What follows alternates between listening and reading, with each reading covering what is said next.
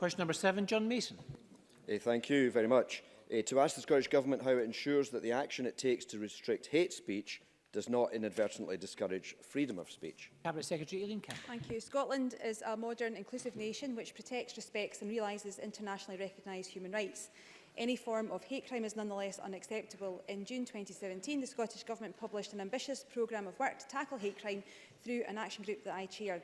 Our plans include the introduction of a hate crime bill during this parliamentary period. This bill, like all of our efforts to tackle hate crime, has been carefully balanced against the fundamental rights and freedoms of all who live in Scotland, as reflected in human rights legislation. John Mason. Thank the Cabinet Secretary for that answer. We've had 2 recent cases in Glasgow where freedom of speech apparently has been restricted. One when Franklin Graham was refused an event at the SEC, and the other one where 4 women Scot were refused an event at the Glasgow Women's Library. It appears that there is a cooling towards freedom of speech, and when someone disagrees with someone else, it's just called hate speech. Cabinet Secretary. Well, I'm aware of the exchanges that the member refers to, and I'm sure that we're all aware of the tone and nature of some of the discussion and dialogue that's gone along with that as well. That tone, I don't think, is necessarily helpful in terms of carving out the space for dialogue, discussion and debate, and for that to be done respectfully.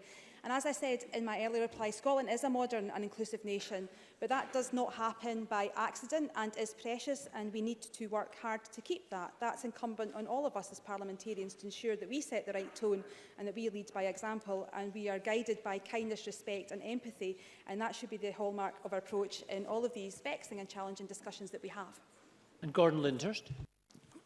Following on from the Cabinet Secretary's comments, does she share the concern of many Christians in Edinburgh at the cancellation of a Destiny Church event at the public Usher Hall venue, and their concern about perceived potentially state-supported religious censorship?